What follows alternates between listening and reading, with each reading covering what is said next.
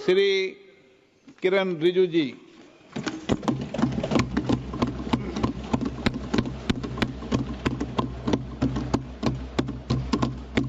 Honorable Speaker, sir, I rise to move the motion for consideration of the Waqf Amendment Bill 2025 and Mussalman Waqf Repeal Bill 2024.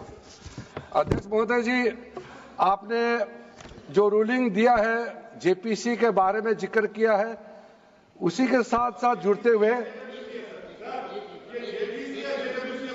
एक minute किरण रिजिजू जी, एक minute Shri Saugata Rai ji संशोधन संख्या 108 को प्रस्तुत करें। आप बोल रहे थे ना? हाँ, under Rule 77(2) of the Rules of Procedure, I propose that the Waqf Amendment Bill 2025 be recommitted for the purpose of eliciting further opinion thereon. Okay, माननीय मंत्री जी अब 12 और 16 पर अपना वक्तव्य दें।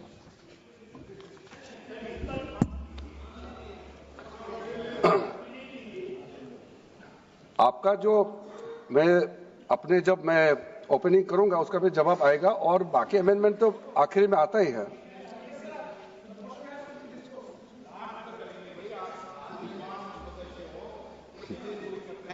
चलिए माननीय मंत्री जी।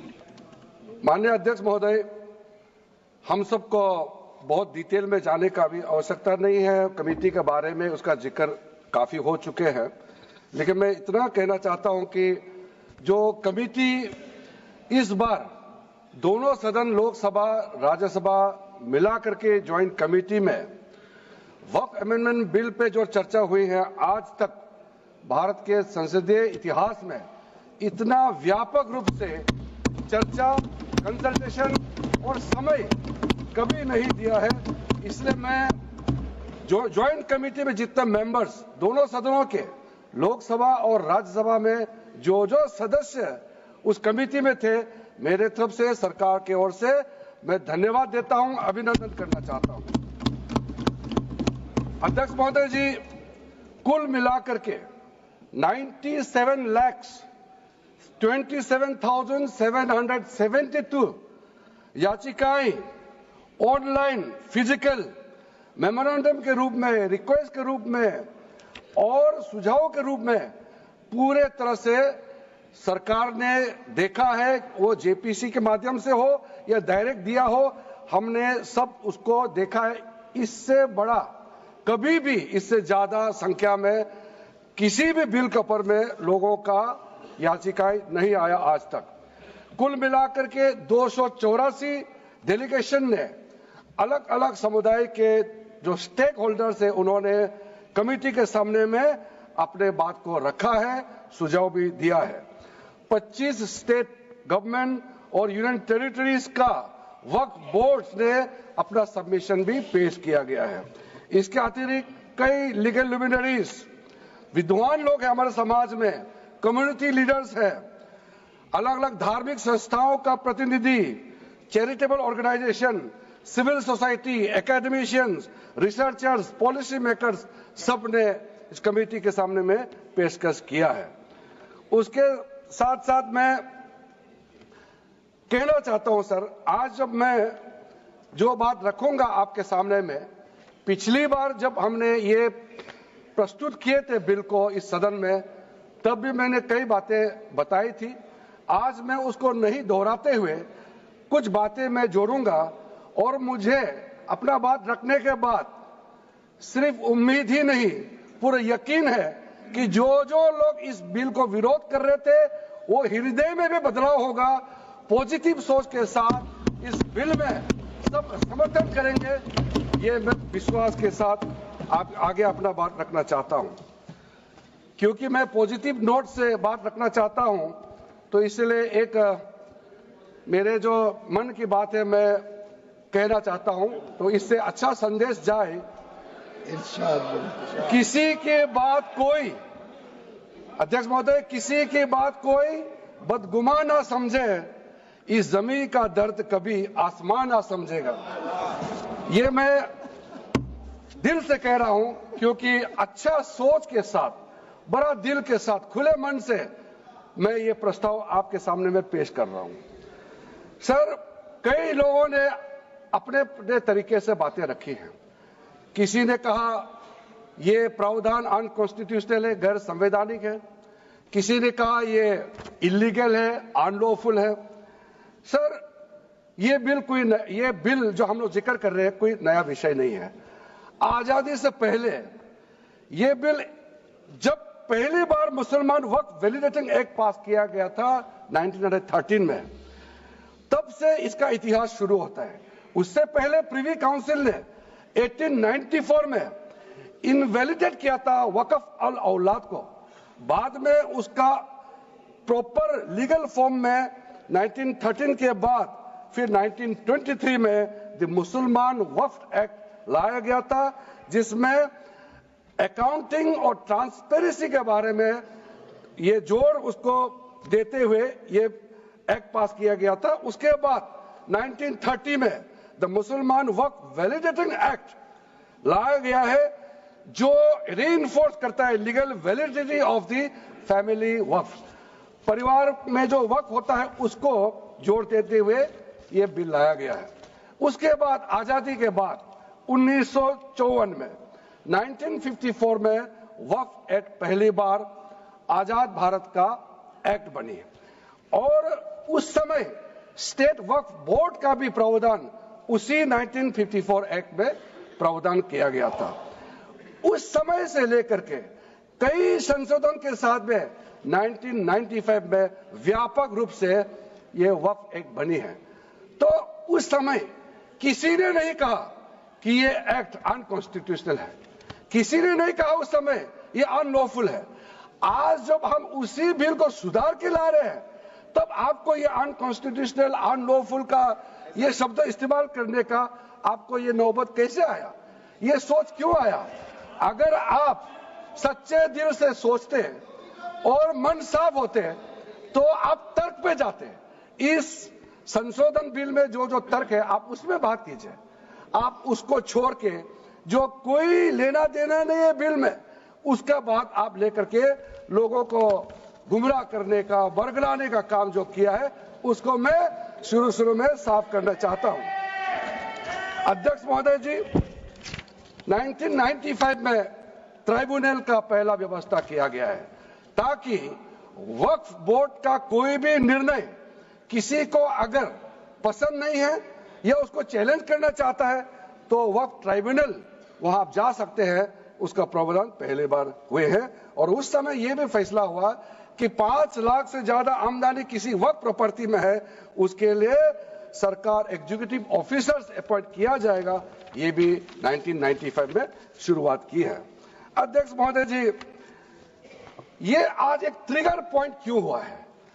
ये अमेंडमेंट बिल लाने का आवश्यकता सबसे ज्यादा शुरुआत कहां से हुई? मैं संक्षेप में बताना चाहता हूं। 2013 में 2014 में हम सब चुनाव में गए और चुनाव में जाने से पहले 2013 में कुछ कदम ऐसे उठाए गए हैं जो आप सुन करके, आप सदस्य के रूप में भी और इस देश का नागरिक होने के कारण आपके दिमाग में यह बात जरूर सवाल उठेगा कि ऐसा कदम क्यों उठाया गया है।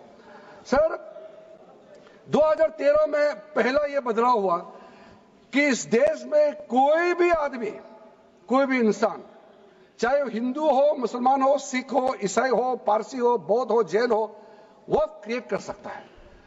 सबको मालूम है वक्फ एक मुसलमान का अल्लाह के प्रति अपना एक उसका एक पायस चैरिटेबल रिलीजियस पर्पस के लिए वक्फ क्रिएट किया जाता है, लेकिन उसमें डाइल्यूशन करके 2013 में कोई भी वक्फ क्रिएट कर सकता है। यह प्रावधान सबसे पहले उस समय की यूपीए सरकार ने किया है। दूसरा, आपने सारा वक्फ को स्पेसिफिक कर दिया कि शिया बोर्ड में शिया ही रहेंगे, सुन्नी बोर्ड में सिर्फ सुन्नी ही रहेंगे और कोई भी बोर्ड हो सिर्फ उनके लोग ही रहेंगे, बाकी कोई उसमें आ नहीं सकता है। ऐसा आपने प्रावधान किया। तीसरा, 2008, सर आप शांति से सुनने के बाद आप जो भी पूछेंगे हमारा रिप्लाई तो आएंगे ही सर। डिबेट का आखिरी में है, मेरा फिर से रिप्लाई होगा तो अभी मैं जब शुरुआत में कुछ दृष्टिकोण रख रहा हूं, इसमें कोई हस्तक्षेप ना करे, ध्यान से सुनिए, ताकि हमारा डिबेट का स्तर भी ऊंचा रहे और तर्क भी सामने में आ जाए। सर, एक प्रावधान आया सेक्शन 108। उस सेक्शन 108 में यह लिखा गया है कि वक्फ बोर्ड का जो प्रावधान है इस देश में कोई भी मौजूदा कानून के ऊपर में रहेगा, ओवरराइडिंग इफेक्ट रहेगा, ऐसा आपने कानून बनाया है। इस देश में ऐसा कानून कैसे मंजूर कर सकते हैं अध्यक्ष महोदय जी? हर कानून अपना अपना हिसाब से चलता है, लेकिन एक कानून दूसरे कानून के ऊपर में ओवरराइडिंग इफेक्ट होगा, ये कोई भी मान्यता नहीं दे सकता है। उसके बाद सर, मैं कुछ प्रोपोगेंडा साथ में जुड़े हुए हैं। उससे पहले जो 2013 में मुझे भी बहुत ताज्जुब हुआ कि ये पास कैसे जबरदस्ती करवाया है। 2013 में वक्त पे यूजर जो आपने प्रावधान डाला, उसके बाद 1970 से एक केस चल रहा था दिल्ली के अंदर में। दिल्ली के अंदर में हमारा सीजीओ कॉम्प्लेक्स है, पार्लियामेंट बिल्डिंग है, कई प्रॉपर्टीज है, और इसको वक्फ बोर्ड, दिल्ली वक्फ बोर्ड ने क्लेम किया कि ये वक्फ प्रॉपर्टीज है। उसके बाद ये केस चल रहा था अदालत में। उस समय यूपीए सरकार ने पूरा सारा जमीन को डी नोटिफाई करके वक्फ बोर्ड को दे दिया।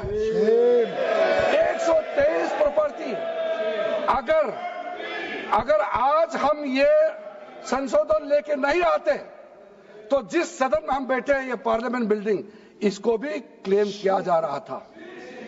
एयरपोर्ट, बसंत विहार, और अगर नरेंद्र मोदी जी का सरकार नहीं आते, अगर यूपीए का सरकार कंटिन्यू रहता, तो क्या क्या बिल्डिंग को डी नोटिफाई किया जाना था। 123 प्रॉपर्टी को तो डी नोटिफाई किया। मैं रिकॉर्ड में कह रहा हूं, अपने मन से कुछ नहीं कह रहा हूं, मैं ऑफिशियल रिकॉर्ड का बात बता रहा हूं। अध्यक्ष महोदय, आप काहे को उछल रहे हो? मैं अपने से थोड़ी बोल रहा हूं, जो हकीकत बात को बता रहा हूं। आप आराम से बैठ के सुनिए। आपके दल को और आपको सबको बोलने का मौका मिलेगा। माननीय मंत्री जी,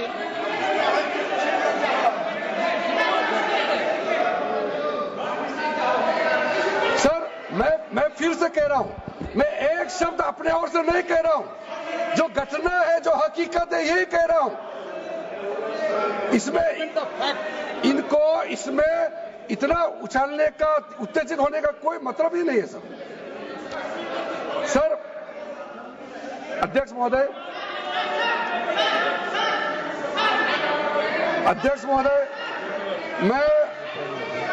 मैं आपके माध्यम से सदन को कहना चाहता हूं कि जो संवैधानिक बात उठा करके लोगों को गुमराह करने का जो प्रयास किया जा रहा है, उसको भी देश के सामने में सही बात रखना बहुत ही जरूरी है।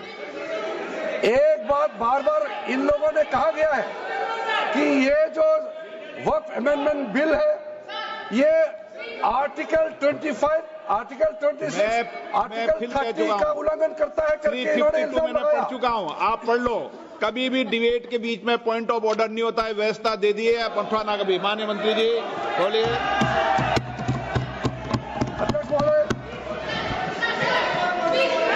दूसरा विषय इन्होंने समानता का बात उठाया। आर्टिकल 14 का इक्वालिटी को लेकर के उन्होंने सवाल उठाया, उसका भी मैं जवाब देना चाहता हूं। अध्यक्ष महोदय, ये कोई तरीका नहीं है। माननीय अध्यक्ष की व्यवस्था अंतिम व्यवस्था होती है। बोलिए मंत्री जी, आप बोलते जाओ।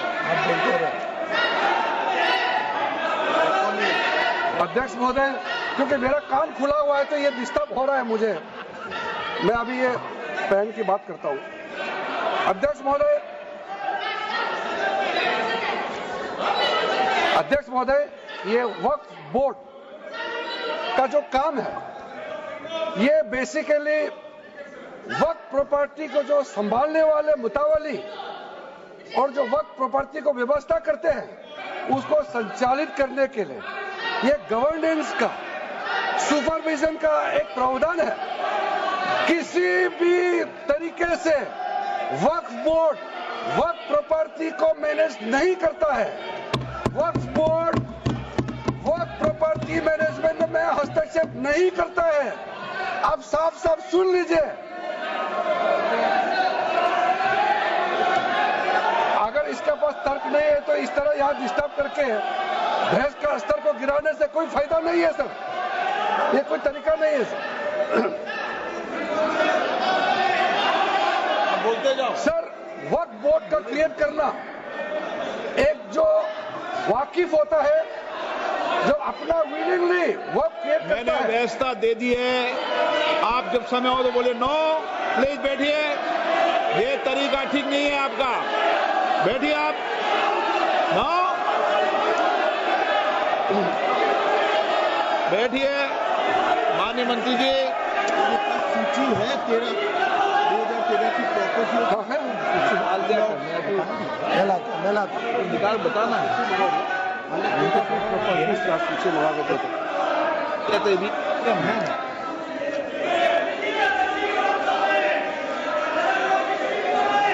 अध्यक्ष महोदय, सबको बोलने का मौका मिलने वाले हैं, तो कम से कम बात को शांति से सुनने के बाद आप अपना बात रखिए। ये कोई तरीका नहीं होता है सर।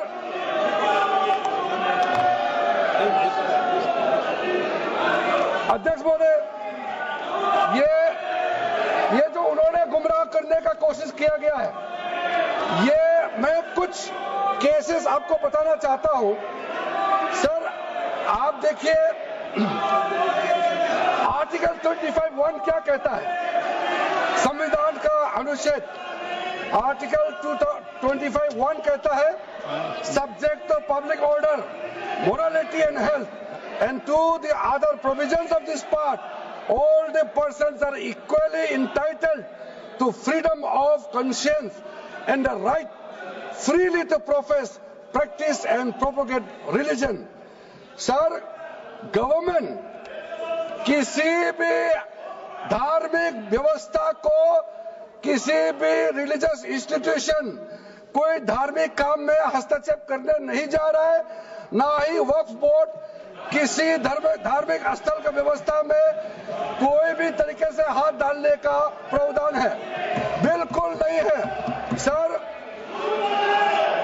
आप अगर हम कोई नमाज, सर ये क्या झूठ बोल रहे हैं, ये कॉन्स्टिट्यूशन, हम कॉन्स्टिट्यूशन का प्रावधान पढ़ रहे हैं फिर भी झूठ बोल रहे हैं, ये कॉन्स्टिट्यूशन को नहीं मानते हैं सर।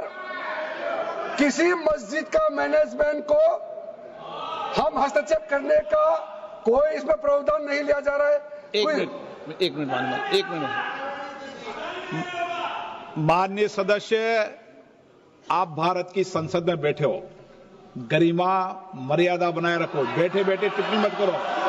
हाँ, आपको जब मौका मिलेगा आप अपनी बात कहना, बैठे बैठे टिप्पणी नहीं कर सकते, ये संसद की मर्यादा नहीं है, ऐसे नहीं चलेगा सदन। सदन व्यवस्था नियम से चलेगा। किसी भी व्यक्ति को बैठे बैठे कोई भी सदस्य जो बोल रहा हो उसके बीच में टिप्पणी करने का अधिकार नहीं है। माननीय मंत्री जी। अध्यक्ष महोदय जी, ये वक्फ बोर्ड का जो प्रावधान किसी मस्जिद, किसी मंदिर, किसी धार्मिक स्थल का व्यवस्था का कोई लेना देना नहीं है, ये सिंपली एक प्रॉपर्टी का मैनेजमेंट का विषय है। ये कोई मुसलमान अपना ज़कात देता है, फितरा देता है, उसको हम पूछने वाला कौन होते हैं? ये आपका धार्मिक भावना से जुड़े हुए चीज है, उसमें सरकार का कोई लेना देना नहीं है। लेकिन ये वक्फ प्रॉपर्टी का मामला है, लेकिन वक्फ प्रॉपर्टी का मैनेजमेंट करता है, मुतवालिज करता है। ये आपको इतना बेसिक ये फर्क जो है अगर समझ में नहीं आते या जानबूझ करके आप नहीं समझना चाहते हैं तो मेरा पास इसका कोई इलाज नहीं है। अध्यक्ष महोदय जी, ये आपके माध्यम से मैं फिर से कहना चाहता हूं कि ये सर क्या ऐसा बहस नहीं होता है जी। आप लोग का तर्क रखने का समय में बोलिए, ये बीच बीच में कमेंट पास करने से सर हमारा पॉइंट का फ्लो भी बिगड़ता है और आवाज में ठीक नहीं हो, अब आवाज में ठीक से नहीं जाएगा। आप क्या चीज को जवाब देंगे सर? इसमें मैं कई ऐसे केसेस है जिसको मैं रेफर कर सकता हूं, लेकिन सदन में 3 केसेस का मैं रेफर करूंगा तो दूध का दूध पानी का पानी हो जाएगा कि ये धार्मिक व्यवस्था से कोई लेना देना नहीं है।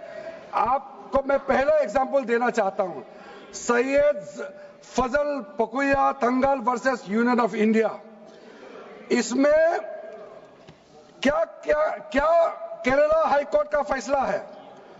केरला हाईकोर्ट ने कहा the Waqf board is a statutory body, pure and simple, it is not a representative body of the Muslim community. ये हाईकोर्ट का ऑर्डर है। उसके बाद इलाहाबाद हाईकोर्ट का ऑर्डर भी सुन लीजिए, Hafiz Mohammad Zafar Ahmad versus UP central Sunni board of Waqf का जजमेंट सुन लीजिए। A mutawalli's right is purely a right of management of the property and is not a proprietary right. The duties of a mutawalli are purely of a secular character. His duties are not of a religious character. इतना clear cut ruling है। तीसरा, तिलकायत श्री गोविंद लाल जी महाराज versus state of Rajasthan. इसमें high court ने क्या कहा, supreme court ने क्या कहा, right to manage the properties of the temple. अब देखिए मंदिर का भी इसमें एग्जांपल लिया गया है। Right to manage the properties of the temple is purely a secular matter and cannot be regarded as a religious practice. Properties of temple, temple नहीं, टेम्पल का जो प्रॉपर्टी है। उसी प्रकार से आप बार बार कहना कि मुसलमानों का अधिकार में गैर मुसलमान कैसे आ रहा है, ये तर्क ही नहीं बनता है। आप ये आज से ये बात बोलने के लिए बंद कीजिए। सर 2013 में जो काम किए गए हैं उसमें मैं एक चीज जिक्र करना चाहता हूं। इलेक्शन आने वाला था, बहुत ही कम दिन बच गए थे, इलेक्शन कोड ऑफ कॉन्डक्ट लगने ही वाला था। हम सबको मालूम है अप्रैल और मई में चुनाव हुआ था। 5 मार्च 2014 को उस समय के यूपीए सरकार ने 123 प्राइम प्रॉपर्टीज को जो housing and urban development ministry के तहत आता है उसको आपने दिल्ली वक्फ बोर्ड को ट्रांसफर कर दिया। क्या जरूरत था? कुछ दिन बाकी था चुनाव होने के लिए, आप इंतजार तो करते। आपने सोचा ये करके वोट मिलेंगे, लेकिन आप तो चुनाव तो हार गए, तो फायदा क्या हुआ? ऐसा काम करने से वोट नहीं मिलता है। इसलिए लोग इंटेलिजेंट है, हमारा देश के लोग समझदार है, इसलिए वोट बैंक का राजनीति के बिना हम अच्छे सोच के साथ में आज इस सदन में फिर से आए हैं। कुछ एनोमलीज है इस बिल में, तो इसको बदलना जरूरी था। मैंने एक पहले भी इसका जिक्र किया था कि आपने कहा कोई भी हिंदुस्तानी, कोई भी भारतीय वक्फ क्रिएट कर सकता है। वो 95 में ऐसा नहीं था, आपने 13 में बदलाव किया, उसको हमने फिर से 1995 का प्रावधान को फिर से रिवाइव करते हुए ये हमने जोड़ा है कि वक्फ वही क्रिएट कर सकता है जो मिनिमम 5 साल इस्लाम को प्रैक्टिस करता है। बहुत साफ शब्दों में प्रावधान रखा है। सर, जो वक्फ बोर्ड बने हैं हम उसको बहुत ही सेकुलर, इंक्लूसिव बनाना चाहते हैं। आपका पुराना प्रावधान को हटा करके अब हमने कहा है कि वक्फ बोर्ड में शिया भी रहेंगे, सुन्नी भी रहेंगे, बोहरास भी रहेंगे, आगा खानिस भी रहेंगे, मुसलमानों में जो बैकवर्ड है, पिछड़े लोग हैं वो भी रहेंगे, और साथ साथ में महिला भी रहेंगे और एक्सपर्ट नॉन मुस्लिम भी रहने का प्रावधान रखा गया है। सब स्वागत करना चाहिए, इसको किसी को आपत्ति होने का कोई जरूरत नहीं है। उसके बाद सर मैं थोड़ा सा इसको विस्तार करके बताना चाहता हूं। मेरा ही खुद का एग्जाम्पल मैं देता हूं। मान लो मैं मैं मुस्लिम नहीं हूं, लेकिन मैं माइनॉरिटी अफेयर्स मिनिस्टर हूं, तो मैं सेंट्रल वक्फ काउंसिल का चेयरमैन होता है। तो मेरे होने के बावजूद उसके बाद टोटल 4 नॉन मुस्लिम हो सकता है वक्फ काउंसिल में मेंबर, और उसमें मैक्सिमम 4 नॉन मुस्लिम के साथ साथ में 2 महिला कंपल्सरी है, 2 महिला होना ही चाहिए सर। उसके बाद सर स्टेट अभी आप पूरा वक्फ बोर्ड देख लीजिए, महिला कहाँ है? महिला को दिन रखा ही नहीं है, वो सिर्फ बातें करते हैं सर 22 सर मैं स्पेसिफिक बताना चाहता हूं, सेंट्रल वक्फ काउंसिल में टोटल 22 मेंबर्स में 4 नॉन मुस्लिम से ज्यादा मेंबर नहीं हो सकते हैं। एक्स ऑफिशियो का पद को मिला करके 3 मेंबर ऑफ पार्लियामेंट होगा। मेंबर ऑफ पार्लियामेंट तो किसी धर्म का हो सकता है। जब इलेक्शन करते हैं तो कोई भी धर्म का मेंबर ऑफ पार्लियामेंट या एमएलए बन सकते हैं सर। 10 मेंबर मुस्लिम कम्युनिटी से होगा, 2 फॉर्मर जजेस होंगे सुप्रीम कोर्ट और हाई कोर्ट के, 1 advocate of national eminence member रहेंगे, 4 persons of national eminence from various field.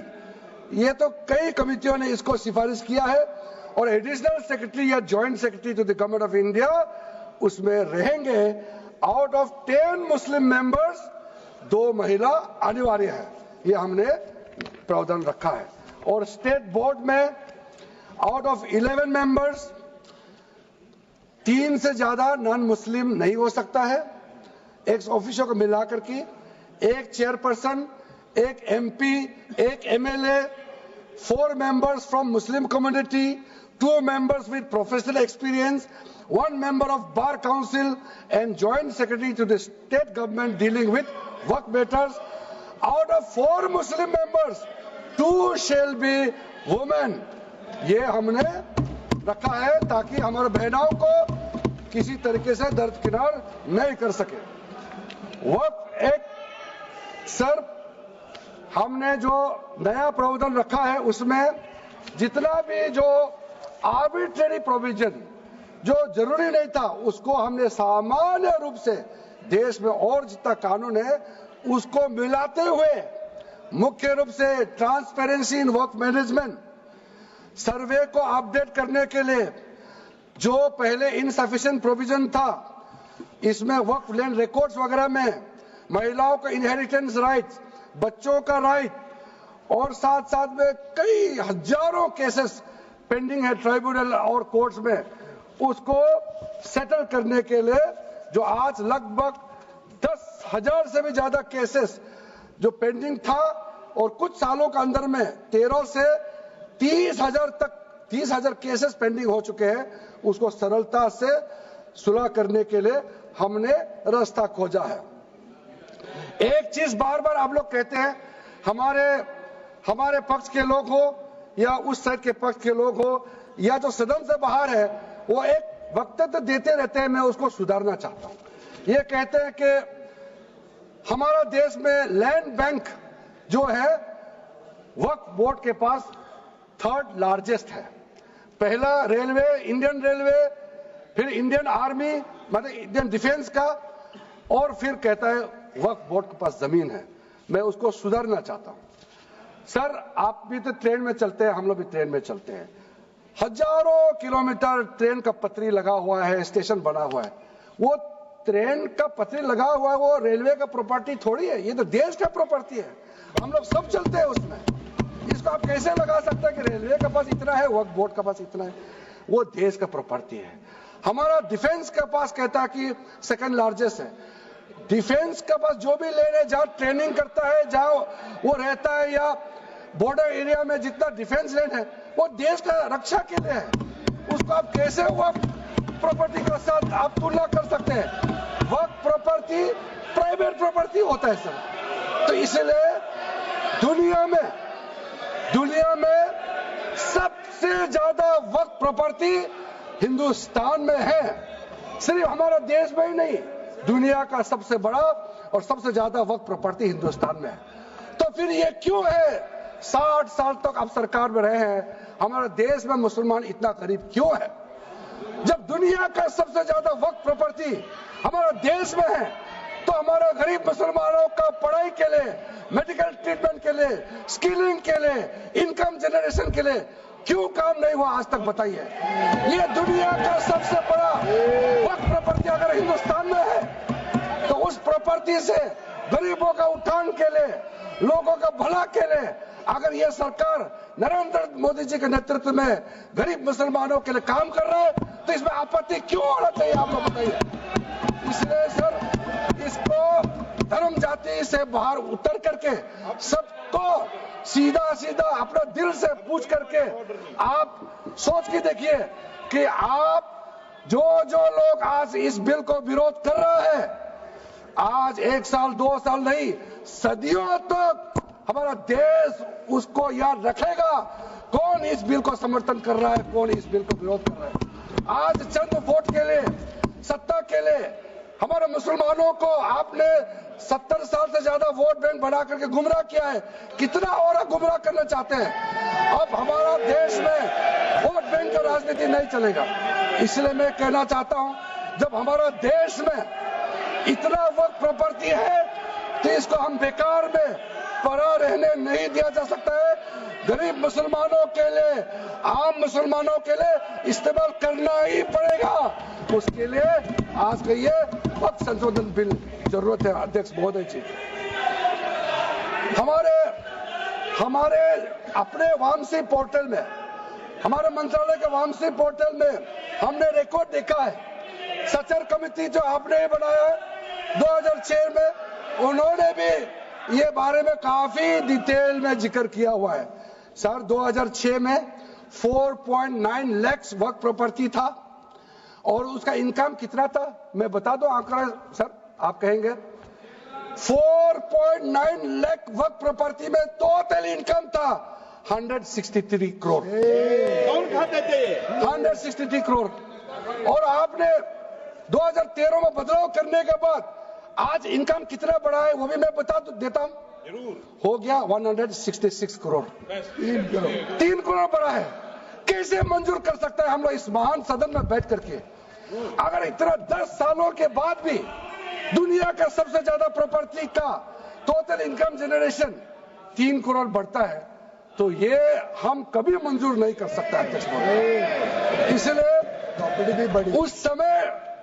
उस समय कहा गया था, मैं अभी का नहीं बता रहा हूं, सचर कमेटी समय में भी कहा गया है कि अगर थोड़ा सा एफिशिएंटली मैनेज करता तो 12,000 करोड़ पर ईयर तो उसी समय जनरेट हो जाना चाहिए था नॉर्मल मार्केट रेट से।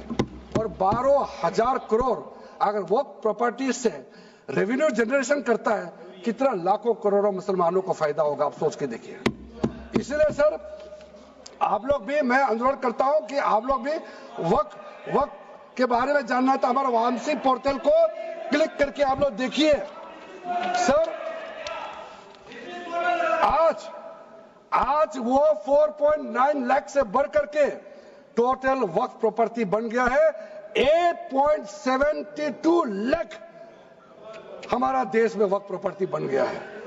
और आप कल्पना कीजिए 8.72 लाख प्रॉपर्टी वक्फ का है, उसको अगर हम सही तरीके से मैनेजमेंट करता तो हमारा मुसलमानों का ही नहीं है, देश का तकदीर बदल जाएगा। इतना प्रॉपर्टी हमारे पास।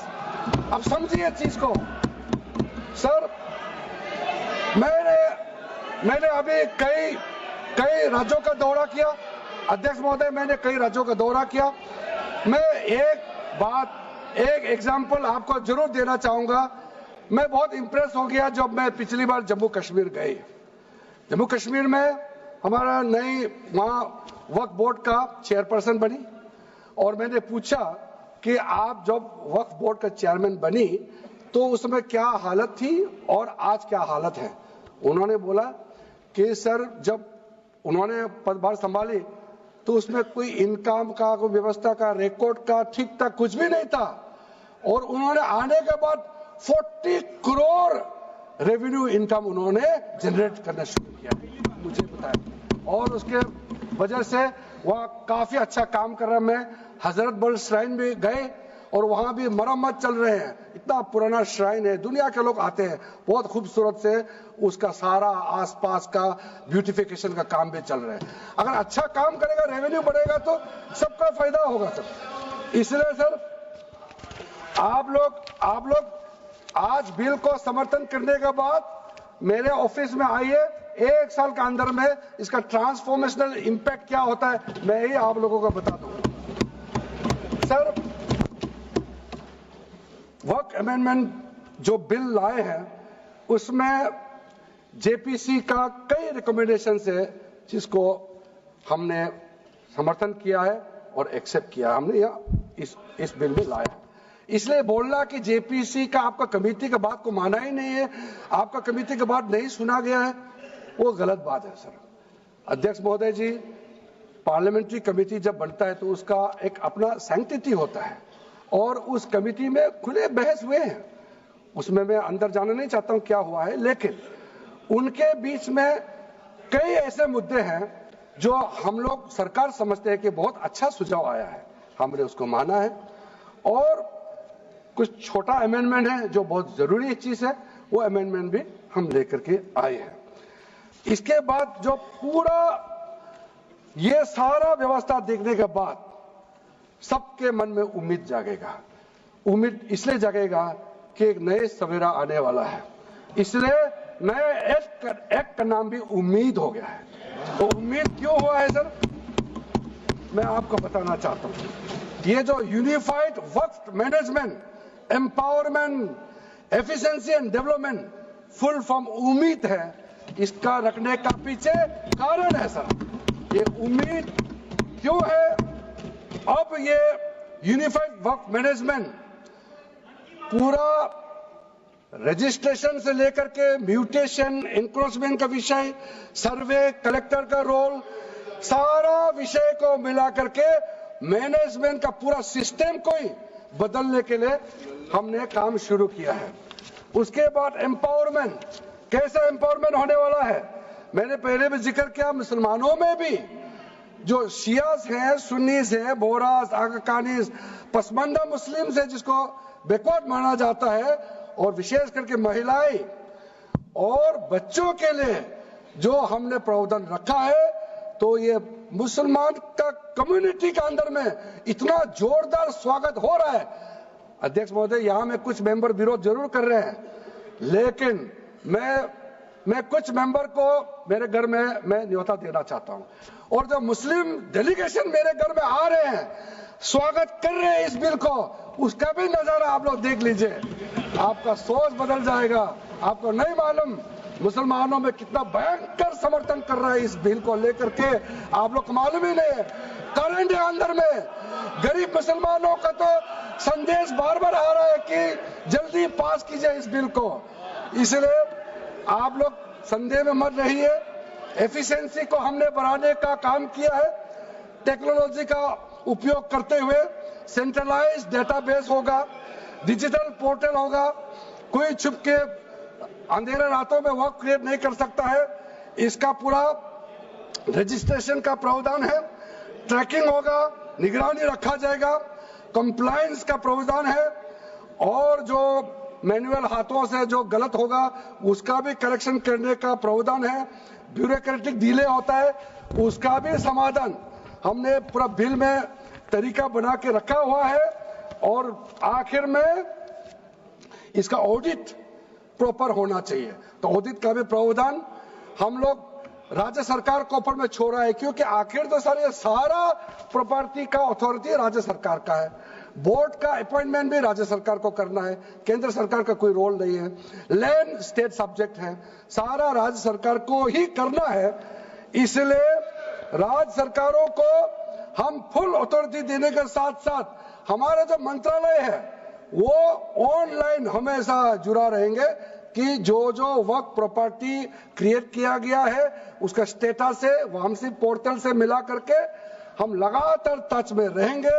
इसलिए कोई इसमें ये नहीं सोचना है कि सेंट्रल गवर्नमेंट कोई एक्स्ट्रा पावर हड़पने जा रहा है क्या, बिल्कुल सोचने का नहीं है। ये टोटली स्टेट गवर्नमेंट का अधीन है और राज्य सरकारें ही इसका निगरानी में आगे काम करना है। उसके बाद सर, जो पर्पस के लिए वर्क क्रिएट किया जाता है, बेसिकली 3 पर्पस होता है, रिलीजियस, चैरिटेबल एंड पायस। उसका हो रहा है कि नहीं हो रहा है, और इनकम जनरेशन खास करके जो वेलफेयर काम है उसका हो रहा है कि नहीं हो रहा है, इसका भी इफेक्टिव गवर्नेंस का प्रावधान हमने रखा हुआ है। और साथ साथ सर, मैं आपको इस उम्मीद के साथ साथ ये कहना चाहता हूं कि जो रिफॉर्म्स हमने जो लाए हैं और साथ साथ में जो प्रावधान कुछ बदलाव हमने आपको बहुत शॉर्ट में बताया, क्योंकि डिटेल में तो मैं रिप्लाई तो करूंगा ही। इसमें अगर आपको लगता है कि हमको अगर इनकम जनरेशन करने के लिए, वक्त प्रॉपर्टी को बेहतर इस्तेमाल करने के लिए क्या करना चाहिए, जब हम इसका सबऑर्डिनेट लेजिस्लेशन के माध्यम से रूल्स बनाएंगे, आपका सुझाव हम खुले दिल से स्वागत करेंगे। क्योंकि आखिर तो प्रॉपर्टी देश का है, किसी का भी हो, उसको अगर अच्छा से चलाना है तो आप सुझाव देंगे तो हम तो पूरा वेलकम करेंगे उसमें। इसलिए आज मैं मेंबरों के साथ साथ जो कई दरगाह है, कई मस्जिद के इमाम है, कई लोग जो मुझे मिले, उन्होंने भी बहुत अच्छा सुझाव दिया है। उसको डिटेल में मैं यहाँ कहना नहीं चाहता हूँ, लेकिन हम रिकॉर्ड में रखा है, कई अच्छे अच्छे सुझाव हमारे पास आए हैं, वो भी हमने नोट करके रखा है। एक इंपॉर्टेंट पॉइंट को मैं अब आपके सामने भी रखना चाहता हूं। ये जो हमने एक डेफिनेशन में जो बदलाव लाया है, इस डेफिनेशन में बदलाव का सबसे बड़ा मतलब ये है कि मुसलमानों में भी जो वक्फ के अंदर में अपना प्रॉपर्टी, वक्फ प्रॉपर्टी इस वक्फ बोर्ड के प्रावधान से गवर्न करना चाहते हैं, मोस्ट वेलकम है। अगर वो ट्रस्ट के माध्यम से अपना प्रॉपर्टी का अलग तरीके से वर्क करना, वो चलाना चाहता है, मैनेज करना चाहता है, उसके लिए भी छूट दिया गया है। तो इसमें जो आप लोग बार बार कहते हैं कि वक्फ बोर्ड में गैर मुसलमान कैसे आ रहा है, इसका मैं छोटा सा एग्जांपल देना चाहता हूं। अभी हम लोग किसी धर्म, किसी जाति का हिसाब से तो हम एमपी नहीं बने हैं, हम तो ऐसे सिटीजन होकर के एमपी बने हैं। तो अगर मेरा कॉन्स्टिट्यूंसी वाला हमको कहेंगे कि किरण रिजिजू मेरा यहाँ नहीं आ सकता है, हमारा धर्म और तुम्हारा धर्म अलग है, तो कैसे होगा? मैं तो एज ए एमपी, मेरे पास अथॉरिटी है, मैं जा सकता हूँ। उसी प्रकार से आपका ट्रस्ट है, ट्रस्ट को चलाता है चैरिटी कमिश्नर।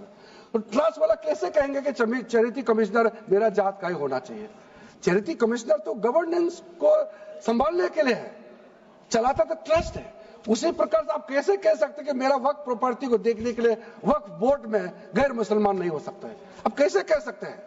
ये तर्क को आप थोड़ा गहराई से सोचिए, क्योंकि ये बार बार कहा गया है, मैं नाम नहीं लूंगा, वो बाद में तो बोलेंगे हमारे कुछ लोग हैं कि मुस्लिम का अफेयर्स में नॉन मुस्लिम क्यों आ रहा है। अरे ये धार्मिक व्यवस्था से कोई लेना देना नहीं है, मैं बार बार कह रहा हूं। इसलिए ये प्रॉपर्टी है, वक्फ प्रॉपर्टी है, आप लोग इसको समझिएगा। उसके बाद सर, ये जो हमने जो 2013 के बाद कुछ बदलाव जो किए हैं, वक्फ बाय यूजर में कुछ लोग ने शंकाएं व्यक्त किया है, कह रहा कि वक्फ बाय यूजर हटाने के बाद अब सरकार जो है मस्जिदें छीन लेंगे, दरगाह छीन लेंगे, मुसलमानों का प्रॉपर्टी छीन लेंगे, ऐसे बोलते हुए मैंने सुना है। इस तरह का कई जगह में बोला है। मैं इसमें साफ साफ कहना चाहता हूं, हम लोग सब हर किसी ना किसी राज्य से आते हैं। We all belong to each and every part of our country. We are together. We may belong to different states and union territories. We are all Indian.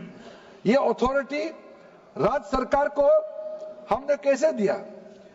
जो प्रॉपर्टी वक्फ यूजर को हम लोग ने हटाने के बाद ये प्रावधान सुरक्षित किया है, ऑथोराइज किया स्टेट गवर्नमेंट को कि जो प्रॉपर्टी रजिस्टर्ड हो चुके हैं, जब आप नमाज पढ़ते हैं, रजिस्टर्ड है, डॉक्यूमेंट है, उस पे कोई हस्तक्षेप नहीं होगा। ये कानून प्रोस्पेक्टिव है, रेट्रोस्पेक्टिव नहीं है। ये आप लोग बहुत क्लियर से सुन लीजिए। ये किसी का जमीन छीनने का कानून नहीं है। ये किसी का राइट, किसी का हनन करके उसका प्रॉपर्टी को हड़पने का नहीं है।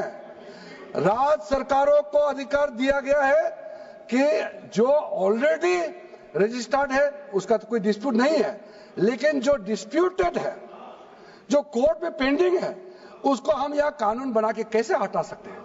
कोर्ट का पावर को तो हम ले नहीं सकते सर। इसलिए यहाँ बार बार ये लोग माइक बजा बजा करके झूठ 100 बार भी बोलो, कुछ होने वाला नहीं है। सिटीजनशिप अमेंडमेंट बिल जब लाया गया था, वही लोग हैं जिन्होंने कहा था कि सिटीजनशिप अमेंडमेंट बिल पास होकर एक्ट बन जाएगा तो मुसलमानों का हक छिन जाएगा, उनका नागरिकता खत्म हो जाएगा। आज सीए लागू हो गया, बताइए किसी मुसलमान का अधिकार छीना है? किसी मुसलमान का नागरिकता छीना है? बताइए, क्या आप माफी मांगेंगे?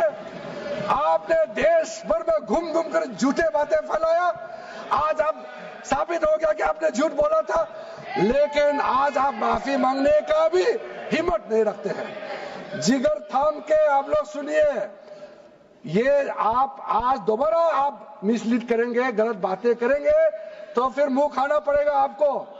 फिर कोई और बिल लेके आएंगे, फिर मैं आपका पर्दाफाश करेंगे फिर से। इसीलिए सर हम लोग तर्क पे जाइए, पॉइंट पे जाइए। इसलिए दूसरा, महिलाओं के लिए अध्यक्ष महोदय जी, क्योंकि फैमिली में पुरुष महिला सब होते हैं, तो इसमें हमने एक सिंपल प्रावधान रखा है कि एक कोई भी मुसलमान जब वर्क क्रिएट करता है, सबसे पहले उस परिवार में जो महिला का अधिकार है उसको सुनिश्चित करके ही आप वर्क क्रिएट कर सकते हैं। नहीं तो पहले ऐसे होता था, वर्क क्रिएट कर दिया, आपका बच्चों का अधिकार खत्म हो गया, महिला का अधिकार खत्म हो गया। आप वर्क उसी प्रॉपर्टी को क्रिएट कर सकते हैं जो आपका हकदार है, जो आपका 100% हिस्सा है, उसी को ही आप वर्क क्रिएट कर सकता है। बच्चों का और महिला का अधिकार नहीं छीन सकता है। ये बहुत बड़ा रिफॉर्म है। मुसलमानों में अगर वो चाहते हैं कि महिला आगे ना बढ़े तो ये लोग इसको विरोध करेंगे ही, लेकिन जो थोड़ा प्रोग्रेसिव सोचने वाले, जो थोड़ा बारीकी से अगर सोचेंगे तो कितना गलत बात है कि समाज में महिलाओं को दबाने का काम करते हैं और यहाँ जोर जोर से बोलते हैं। अध्यक्ष महोदय जी, सारा मैनेजमेंट जो सरकार का जमीन या प्राइवेट का जो जमीन है, इसका कलेक्टर को इन्होंने कमेटी के माध्यम से सुझाव किया है कि हर चीज कलेक्टर को क्यों ऑथोराइज किया गया है। तो कमेटी के बात को माना है कि कलेक्टर से ऊपर कोई भी अधिकारी, कलेक्टर से ऊपर जो अधिकारी है वो देखेंगे सरकारी जमीन और कोई डिस्प्यूट है वक्फ बोर्ड के साथ या किसी मुतावली के साथ डिस्प्यूट है, उसका जांच कलेक्टर के ऊपर अधिकारी करेंगे। ये कमेटी ने सुझाव दिया था और उसी को मान करके आज इस सदन में पेश किया जा रहा है। एक महत्वपूर्ण सुझाव हम लेके आ रहे हैं, अमेंडमेंट लेके आ रहे हैं, इसमें मैं मानता हूं कोई विरोध नहीं करेगा। ये इसमें शुरू में छूट गया था, मैं सर खुले दिल से आपको कहना चाहता हूं, लेकिन बहुत सोच समझ के साथ ये प्रावधान अमेंडमेंट हम लेके आ रहे हैं कि जब आप वक्फ प्रॉपर्टी क्रिएट करेंगे तो ऐसा नहीं होना चाहिए कि आप ट्राइबल एरिया में जाकर के आदिवासी का जमीन को आप वक्फ क्रिएट कर दें, ये नहीं होना चाहिए। इसलिए हमारा देश के आदिवासियों का संरक्षण को ध्यान में रखते हुए शेड्यूल 5 और शेड्यूल 6 में आप वक्फ प्रॉपर्टी क्रिएट नहीं कर सकते हैं। ये एक महत्वपूर्ण अमेंडमेंट लेके आया है। डिटेल में अब आगे अध्यक्ष महोदय आपको मैं बताऊंगा। वक्फ ट्राइब्यूनल के बारे में सर मैं संक्षेप में, अभी फ्लोर खुलने वाले हैं, मैं आपके हाथ फ्लोर छोड़ने वाले हैं, तो मेरा जो वाइंड अप को आप ध्यान से सुन लीजिए।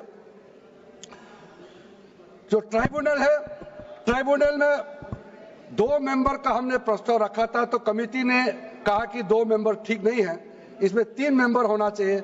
ये प्रस्ताव भी मंजूर किया गया है। तो वक्फ ट्राइब्यूनल में 3 मेंबर होगा फिक्स टेन्योर का साथ, और उसमें आज टोटल लिटिगेंट्स 14,417 केसेस है। आप सोच के देखिए, तो ट्राइब्यूनल में जल्दी जल्दी केस डिस्पोज हो, 3 मेंबर्स का ट्राइब्यूनल बनाया गया है। उसके बाद में उसका टेन्योर को फिक्स किया गया है। उसके बाद में जो एक बहुत स्ट्रिंजेंट प्रोविजन था, पहले ऑटोमेटिक अपील करने का राइट नहीं था, स्पेशल रिव्यू पिटीशन ही कर सकते थे ट्राइब्यूनल के ऑर्डर के बाद। तो आज हमने एक अच्छा सोच के साथ खुला मन से ये कहा है कि अब अगर आप वक्फ बोर्ड का निर्णय से खुश नहीं है, वक्फ ट्राइब्यूनल का निर्णय से खुश नहीं है, तो आप अदालत जा सकते हैं। ये रास्ता भी हमने खोल दिया है। उसके बाद सर कंट्रीब्यूशन, एनुअल कंट्रीब्यूशन, ये भी आपका ही सुझाव था कमेटी वालों का कि जो कंट्रीब्यूशन देते हैं वक्फ बोर्ड मुतावली जो देते हैं उसको घटाना चाहिए, तो उसको 7% से 5% घटा दिया है ताकि ज्यादा पैसा आप चैरिटेबल पर्पस के लिए खर्चा कर सके। तो अच्छा जो प्रॉपर्टी मैनेज करता है वो तो सरकार को शाबाशी देंगे। उसके बाद एक बहुत ही महत्वपूर्ण प्रावधान है जो हमको रखना पड़ा, आपने लॉ ऑफ लिमिटेशन को इस वक्फ बोर्ड का प्रावधान से हटा दिया था, इसको हमने लगाया है। तो अब तो मालूम है the limitation act of 1963 will now apply to the work property claims from the date of commencement of this act, aiming to reduce prolonged litigation। ये बहुत बड़ा मैं मानता हूं एक कदम उठाया है। और जो सेक्शन 40 सबसे ड्रैकोनियन प्रोविजन इस एक्ट में था, तो सेक्शन 40 था। सेक्शन 40 के तहत वक्फ बोर्ड, आप लोग बार बार कहते ना ये ऐसा नहीं है, ऐसा ही है। सेक्शन 40 में किसी भी जमीन को आप वक्फ प्रॉपर्टी डिक्लेयर कर देता था, वो प्रॉपर्टी को हमने हटा दिया है। वो कोई भी जमीन को वक्फ प्रॉपर्टी डिक्लेयर करके फिर किसी गरीब के लिए नहीं करना है। वो लोग, कुछ लोग, चंद लोग अपने के लिए, अपने फायदा के लिए इस्तेमाल करते हैं। ओवैसी मैं तो नाम नहीं लूंगा, लेकिन सर ये प्रावधान को इतना मिसयूज हुआ, इसलिए तो इतना लाखों प्रॉपर्टी की संख्या बढ़ गई। अब किसी प्रॉपर्टी को कैसे आप क्लेम कर सकते हैं? इसलिए इस सेक्शन 40 की वजह से, अध्यक्ष महोदय जी, इस सेक्शन 40 की वजह से कई मुद्दे इस देश में आया है। आज पूरा हमारा देश का क्रिश्चियन कम्युनिटी, जो कैथोलिक चर्च काउंसिल के लोग, भारत चर्च ग्रुप के लोग, केरला में हो या देश भर में, आज पुकार के क्यों कह रहा है कि वक्त संशोधन बिल जल्दी पारित होना चाहिए। वो इसीलिए कि सेक्शन 40 का मिसयूज होता था।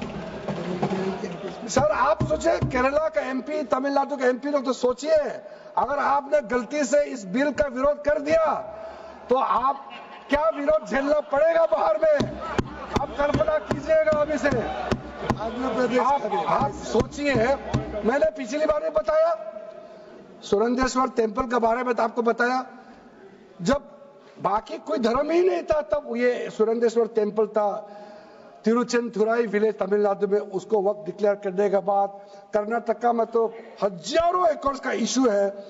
फिर सर हरियाणा में जतलाना विलेज, यमुनानगर में सिख गुरुद्वारा का जो जमीन है, कभी वहां मस्जिद भी नहीं था, कभी वहां मुस्लिम का सेटलमेंट का भी रिकॉर्ड नहीं था, उसको भी वक्फ डिक्लेयर कर दिया था। उसी प्रकार से केरला का मुनम्बम का जो इशू है वो तो अभी सब जान ही रहा है कि 600 क्रिश्चियन फैमिलीज का जो जमीन को वक्फ बोर्ड ने वक्फ डिक्लेयर कर दिया है, चर्च का भी कर दिया और आगे जाने का रास्ता भी बंद कर दिया था। अगर हम ये बिल पारित कर दिया, उसका अपना जमीन वापस मिल जाएंगे गरीबों का, किसानों का। ऐसे चीजों में आप लोग समर्थन करना चाहिए। मैं तो मानता हूं कि अभी भी देर नहीं हुआ, अभी भी आप जिद पे राजनीतिकरण करके आप अड़े रहे, आप मुश्किल में फंसने वाले हैं। विशेष करके हमारे कांग्रेस वालों को मैं कहना चाहता हूं, और बाकी हमारे साथी दल है, कांग्रेस के झांसे में ना आए, आपको भी डुबा देंगे ये लोग। इस बिल को विरोध करके बहुत बड़ा नुकसान होने वाला है। आप ध्यान से सुनिए अध्यक्ष महोदय। इसलिए अंत में सर, क्योंकि मैंने कहा है कि मैं आखिर में जवाब दूंगा, तो हम लोग आगे भी इस पार्लियामेंट को भी वक्त डिक्लेयर ना कर दे, हम लोग आराम से भविष्य के लिए और अच्छा काम करें। मैंने पॉजिटिव बात में अपना बात को रखा है। अंत में मैं अपील करके अपना बात को समाप्त करना चाहता हूं। इसी लाइन के साथ मेरी हिम्मत को तो सराहो। देखिए मैं कितना हिम्मत के साथ बोल रहा हूं। मेरे हिम्मत को तो सराहो, मेरे हमराही बनो। मैंने एक शम्मा जलाई है हवाओं के खिलाफ। आप लोग जब इस बिल को समर्थन करेंगे, हमारे वरिष्ठ नेता सब सदन में बैठे हम लोग सुन रहे हैं, मैं अपने आप को बहुत भाग्यवान मानता हूं, मैं भाग्यशाली हूं। प्रधानमंत्री नरेंद्र मोदी जी ने मेरे जैसे एक साधारण सदस्य को इतना पुण्य काम करने का मौका दिया है, इस बिल को यहां रखने का मौका दिया है। करोड़ों करोड़ों गरीब मुसलमान बहने दुआ देने वाला है। दुआ में अकेला क्यों लूं, ये दुआ आप भी लेना चाहिए। इस बिल को समर्थन दीजिए, ये मेरा अनुरोध है अध्यक्ष महोदय।